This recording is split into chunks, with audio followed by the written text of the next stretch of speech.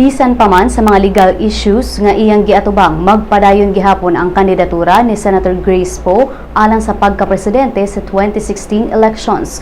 Mato di Poe, dili niya i-withdraw ang iyang kandidatura bisan pa man daghan og mo question sa iyang citizenship. Kagahapon, midesisyon usab ang Senate Electoral Tribunal kun SET sa motion for reconsideration nga gipasaka ni Rizalito David nga ipa-disqualify si Poe sa iyang pagkadaog sa 2013 senatorial elections. Gipanghingusgan sa SET sa boto nga 5-4 nga si Poe usa ka natural born citizen ug pwede pa siyang modagan og usab sa eleksyon sa sunod tuig. Gawas niini nag-atubang pa si Poe og upat ka disqualification cases sa COMELEC ug iyang gipasanginlan ang iyang kontra nga sila si Mar Rojas ug Jedjo Marbinay nga mao'y nagpaluyo sa disqualification case. Apan gidinay kini sa kampo nila ni Rojas ug Binay.